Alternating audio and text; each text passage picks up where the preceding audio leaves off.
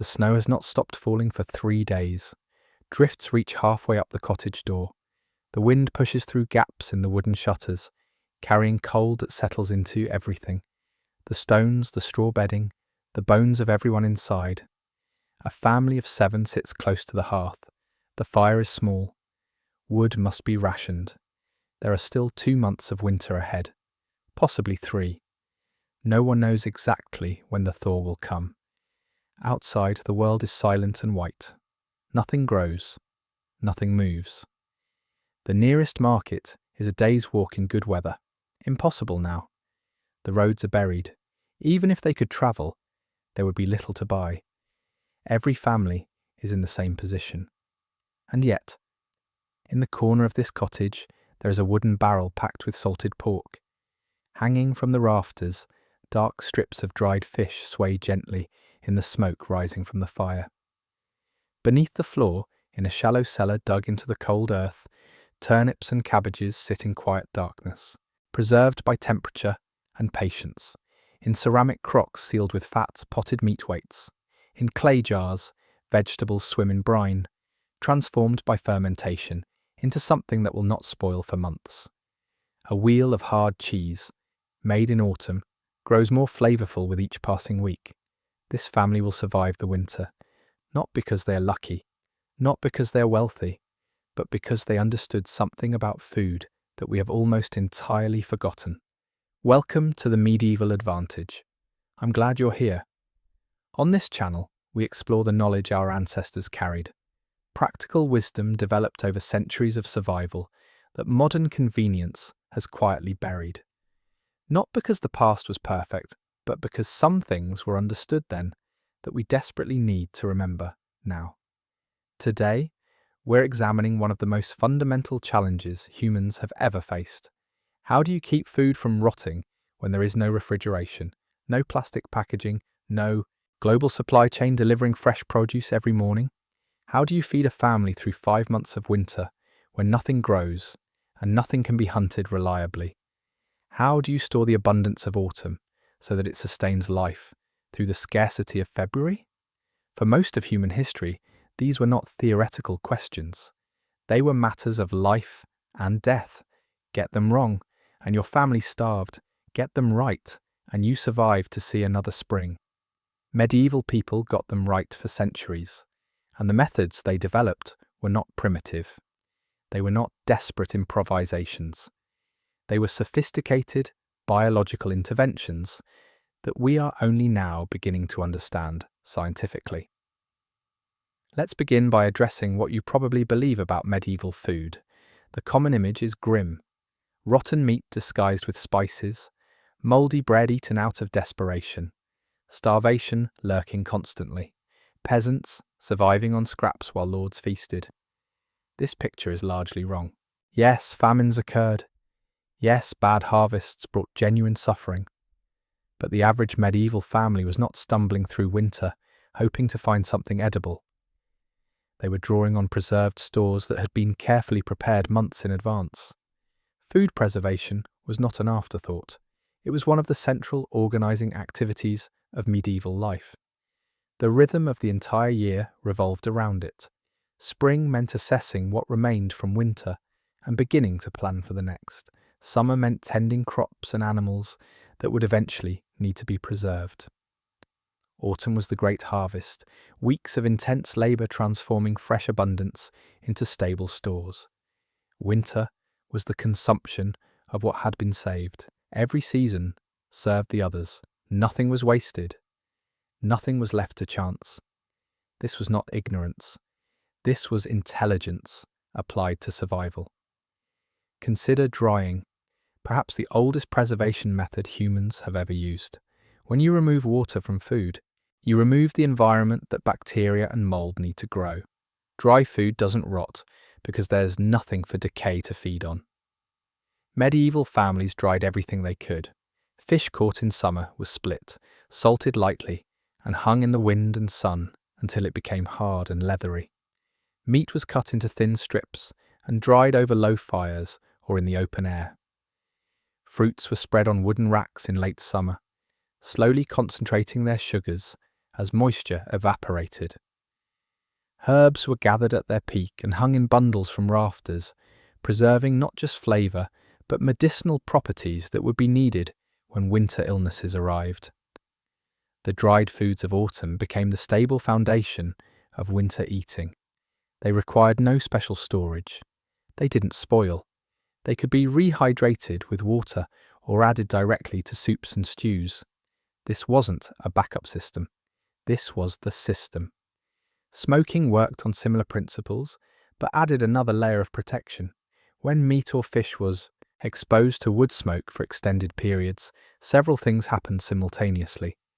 The heat drove out moisture, just as simple drying did, but the smoke itself contained compounds, phenols, aldehydes, organic acids, that acted as natural antimicrobials.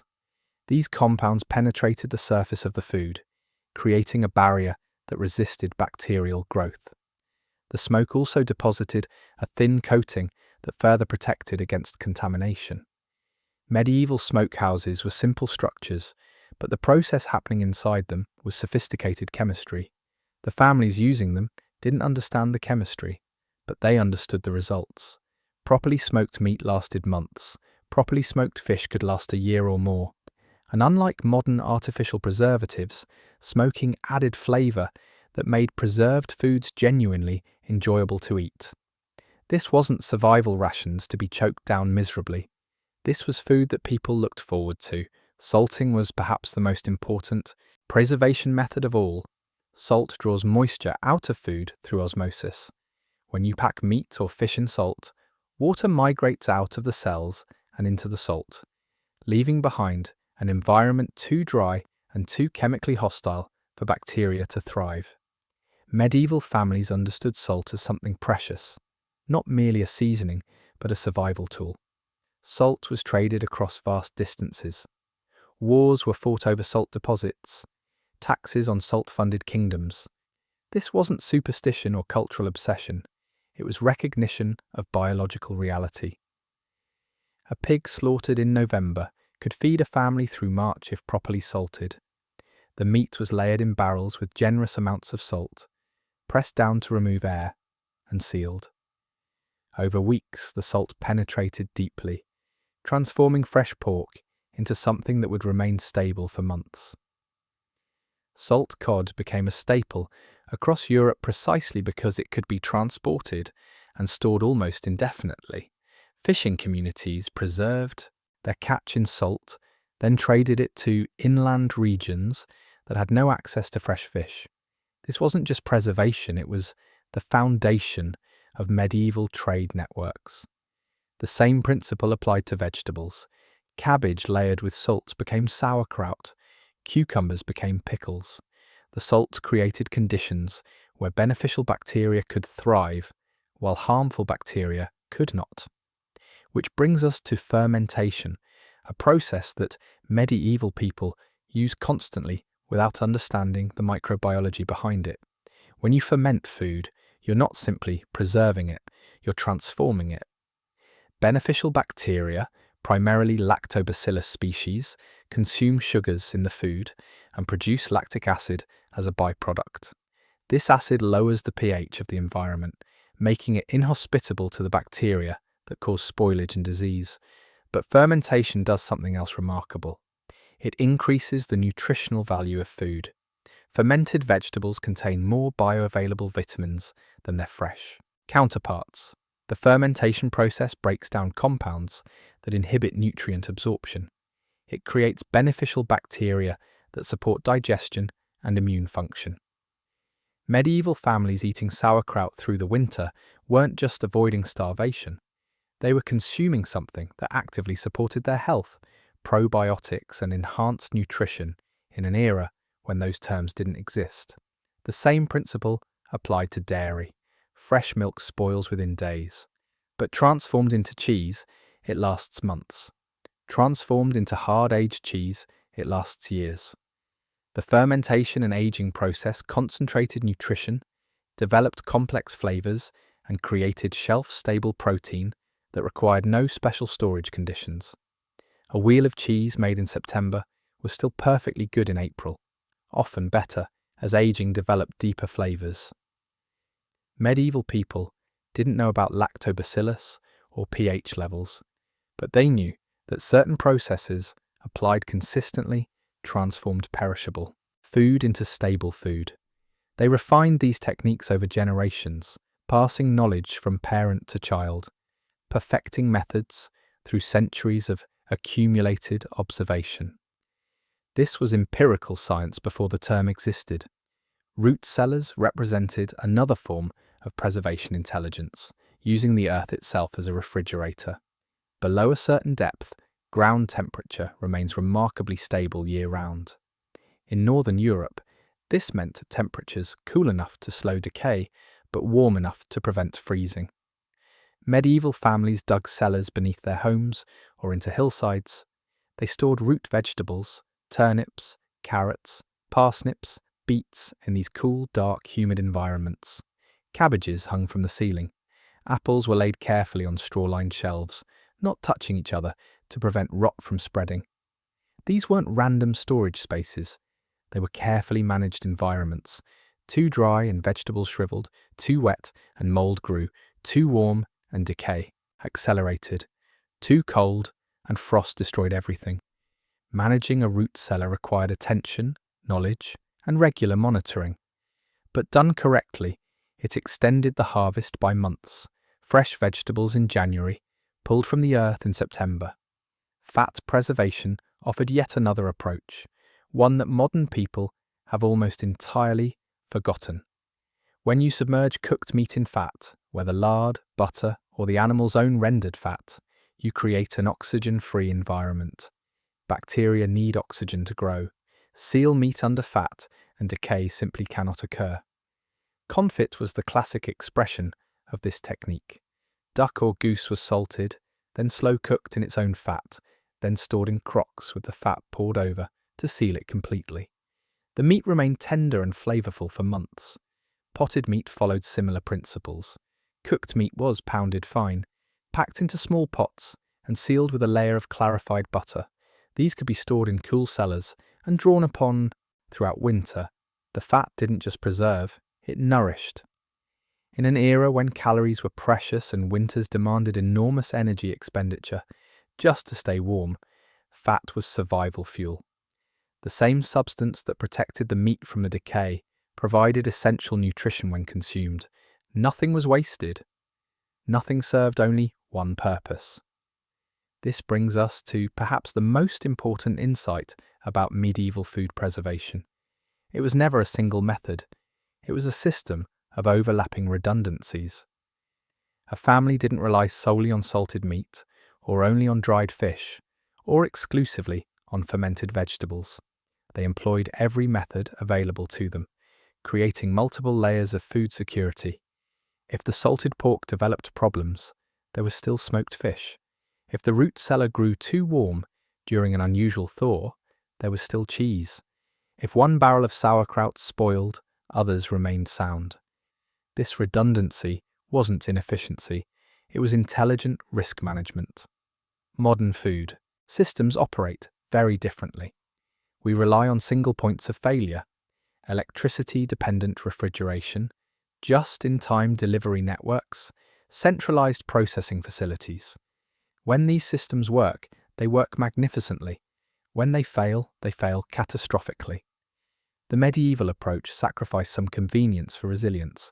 It required more labor, more planning, more knowledge distributed across the household.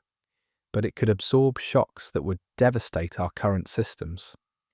A medieval family losing one preservation method still had others.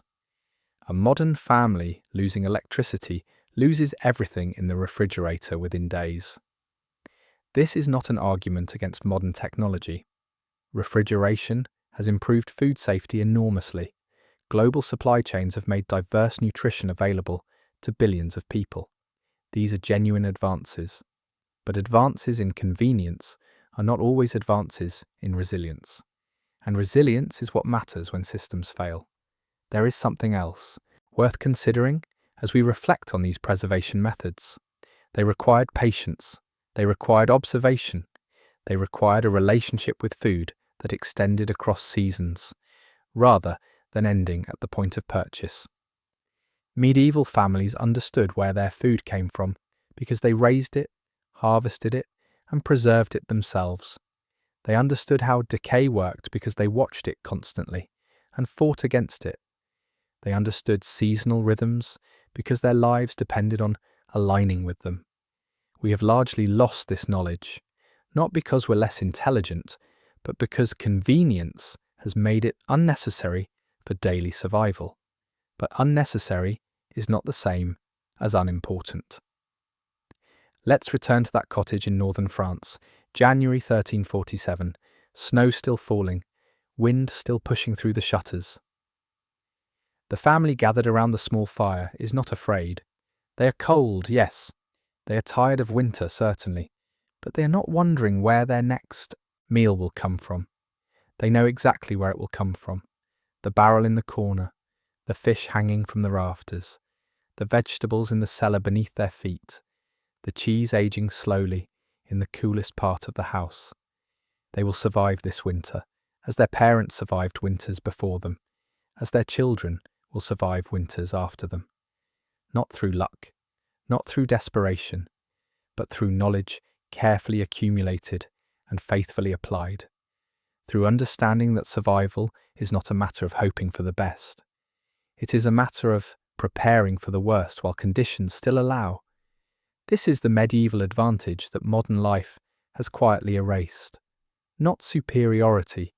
Medieval life was hard in ways we can barely imagine, but a kind of practical wisdom about resilience, patience, and working with natural processes rather than against them. What might we learn if we recovered even a fraction of this understanding? What might become possible if we stopped assuming that convenience and progress are always the same thing? These are questions worth sitting with. In the next video, we will explore another forgotten system: how medieval communities managed water, sanitation, and waste in ways that prevented disease outbreaks for generations. It challenges nearly everything you've been taught about medieval hygiene. Thank you for watching this video. I genuinely appreciate you spending this time exploring these ideas with me. If this content has given you a new perspective on survival, resilience, and the intelligence of our ancestors, please take a moment to like this video and subscribe to the Medieval Advantage channel. Your support makes it possible to continue researching and sharing this forgotten knowledge. I'll see you in the next one.